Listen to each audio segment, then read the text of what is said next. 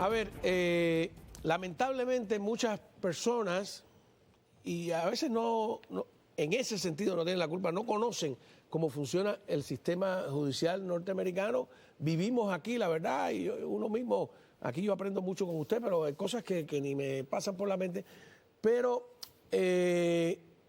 yo sospecho que ese momento de la instrucción de cargos, cuando tú te paras ante el juez o la jueza te dice, usted está acusado de, te declaras inocente o culpable, ya en el caso que vamos a ver, el abogado que no estaba presente, me llamó la atención, lo había declarado inocente. Y es el caso de Chocolate, que es un famoso reggaetonero cubano que ha tenido varios tropiezos con la ley aquí, pero se vuelve medio cómico las cosas que dice no sé, yo me gustaría usted como abogado que analizaran en qué enredo se mete por hablar de más. Veamos por la mitad, ¿no? Porque la primera mitad es muy informativa cuando empieza a disparatar. Told him stay away from that A-Loft hotel. Las fianzas son por el cargo 1, son $1,500, que es por la invasión de la propiedad. El cargo 2 son $500 por la conducta delictiva. En el cargo, $2,500 por el cargo 1, que es la invasión de propiedad, $1,500 por la posesión de crack. Tengo invasión de propiedad. Yo estaba en mi habitación y salí a mi habitación y me escondí en otra. ¿Cómo invasión de propiedad? How is it burglary? I was in my room. I came out of my room and hid in another one. How is that burglary? Well, thank you for just helping the state prove your case. You just told him you were in another room that wasn't yours. ¿Cómo ellos ponen crack y no ponen la libra de marihuana que había dentro del cuarto? Porque ahí había How is it that marihuana. they're mentioning crack but not the pound of marijuana that was in the room? Ahí There había was a pound bastante of marihuana, había un marijuana. poco de marihuana y había un pedacito así de crack. There was a lot of marijuana there and a little piece of crack like this. Senor, no diga nada. Your lawyer doesn't want you to say anything. You're presumed not guilty, and now everything's recorded. The state can use it No, lo against que me you. hace falta es que Señor, no diga nada, que todo lo que está diciendo se está grabado. Tiene su abogado que lo acaba de declarar no culpable. Pero lo que es importante I don't care if it's lo más importante recorded. que graben es que hablen con Obi, para que hoy hable con su jefecito, para que me saquen de aquí. Obi, por favor. They told him stay. A ver, una instrucción de cargo no es para discutir con la jueza, ¿no? Esa es la primera comparecencia. Esa es la primera comparecencia. Después que te arrestas, tienes derecho a ir frente a un juez para que el juez te instruya de cuáles son los cargos por los que fuiste arrestado. Pero ahí ya no se los están diciendo. Sí, claro, eso es lo que ella está haciendo, le está informando de los cargos y está tratando de determinar si tiene abogado o no abogado y entonces conversar acerca de la decisión sobre la fianza que podría establecerse para que pueda potencialmente salir bajo fianza. Entonces es una etapa muy crítica en términos de la defensa del caso. Es crítica porque cualquier declaración que tú des durante el transcurso de esa audiencia puede ser utilizado en contra tuya. Así que lo que es más lógico y avisable es que te mantengas callado, que dejes que tu abogado sea el que haga los argumentos, porque esos argumentos no pueden ser utilizados en tu contra. Pero si tú declaras sí, en este caso, argumentando lo que él pensaba que era relevante sobre el caso, sin entender cuál es el proceso adversarial que ocurre en la corte, está diciendo cosas que son elementos que la fiscalía podría utilizar para probar su caso más allá de una duda razonable. Y valga decir que todo el mundo que está en su audiencia preliminar inicial, al igual que hasta el momento en el cual sea declarado culpable por un jurado o esa persona se declare culpable con un acuerdo frente a la corte, se le presume inocente.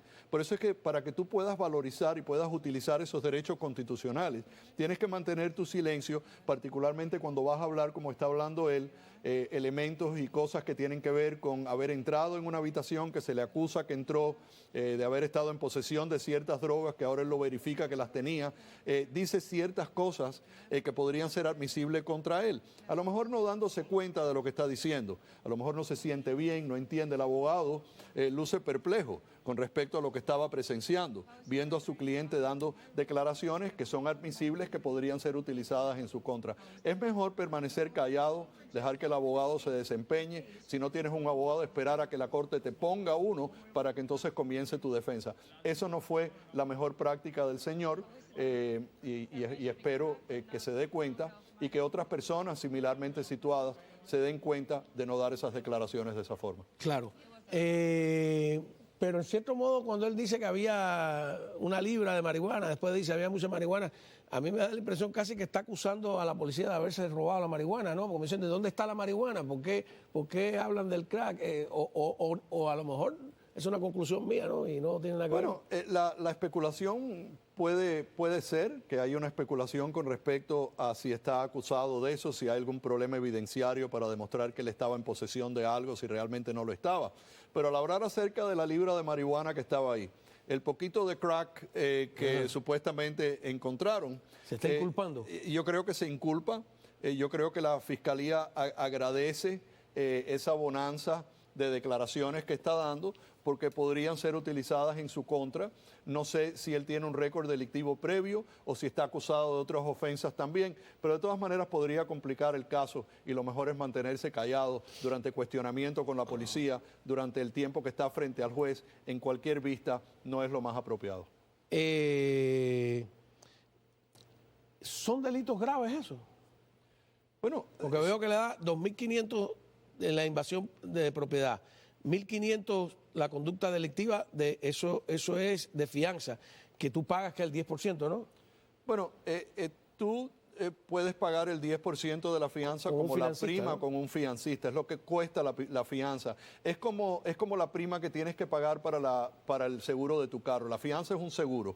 Y ese seguro es lo que el fiancista se propone presentar a la corte y hacerse responsable por la comparecencia del individuo o a pagar la cantidad de la fianza. Pero al final lo que hay que considerar es que si los cargos conllevan fianza, la idea es tratar de poder salir de custodia. Siempre cuando estás fuera de custodia, el tiempo corre a tu favor. Y por lo tanto tienes mejores oportunidades de resolver el caso. Pero tienes que actuar de una manera inteligente, tienes que cooperar con el abogado, tienes que buscar cuáles son los elementos que podrías utilizar en tu defensa sin complicarte tanto la vida. En este caso hay delitos que tienen fianza, pero yo no estoy seguro si la totalidad de los delitos llevan fianza. Sé que algunos sí. Pero simplemente entrar en una propiedad y robar dentro de la propiedad, esté ocupada o no, típicamente conlleva fianza, a no ser que tú cometas una agresión, portes un arma o hagas algo para crear agravantes donde podría entonces caer en otro nivel donde se presume que no tiene fianza y tendrías que obtenerla en una audiencia separada frente al juez. Y eso que me dicen de que él en las redes, yo no lo he visto, aparentemente alardea de instrucciones para que le hagan algo al asesino de otro reggaetonero, del Tiger.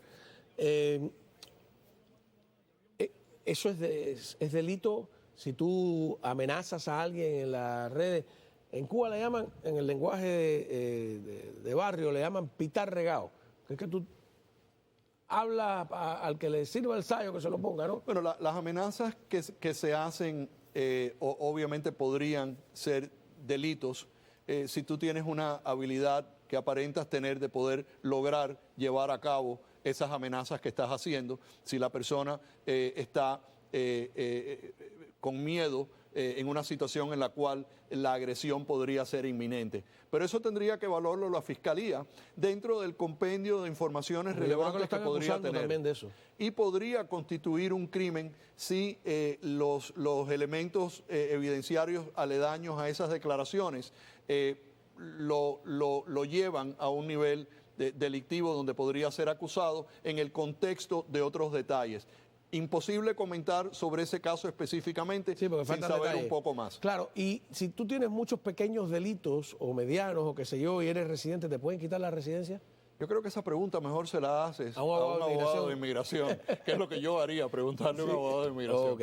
Mira, cuando regresemos de la pausa, tengo un invitado que la gente se quejó de que no lo dejé hablar. ¿Sí? Sí, así que lo voy a traer para Eso no que... puede ser, imposible, sí, imposible que hubo hayas muchas hecho quejas que les parecía interesante que yo me puse a hacer cuentos y qué sé yo. Vamos a... el director de cine Lilo Vilaplana dice con mucha maldad, este es el escenario donde no dejas hablar a tus invitados. Ese es un genio, un caballero. Y me gusta la tendencia de sacar a la luz nuestras tragedias en Cuba. Claro. Y de verdad muy agradecido por ese trabajo. Ahora va a ser algo de la UMAP. Está ahí. Bueno, nada, vamos a una pausa. Le agradecemos al doctor Nelson Rodríguez Varela. Trump dice que están rechazando los barcos chinos y que no quiere nada malo